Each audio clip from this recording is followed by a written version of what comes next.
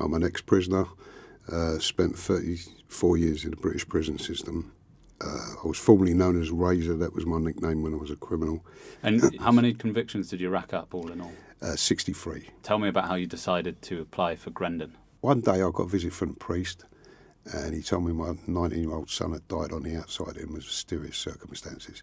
And gradually over the months while I was grieving, I thought to myself, I have actually got, for the first time in my life, to look for somewhere that's going to rehabilitate me. I've got to change. And the only place that anyone would recommend was a prison in Buckinghamshire called Grendon, which was a therapeutic prison.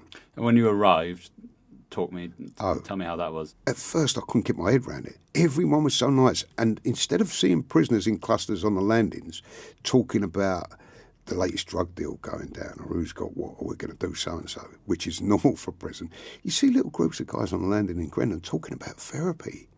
You know, actually talking about the therapy they'd done that morning. I couldn't believe it. And I thought, this place is serious. What you've got to bear in mind about Grendon is the reason why it's not being used massively is because Grendon prison only holds 220 prisoners. And it's more expensive than a normal prison place. So you can imagine at one stage, the government was saying, Grendon's brilliant, why don't we have more of them? So they decided to open up therapeutic units around the prison system, but they were never the same. And the reason they were never the same is this.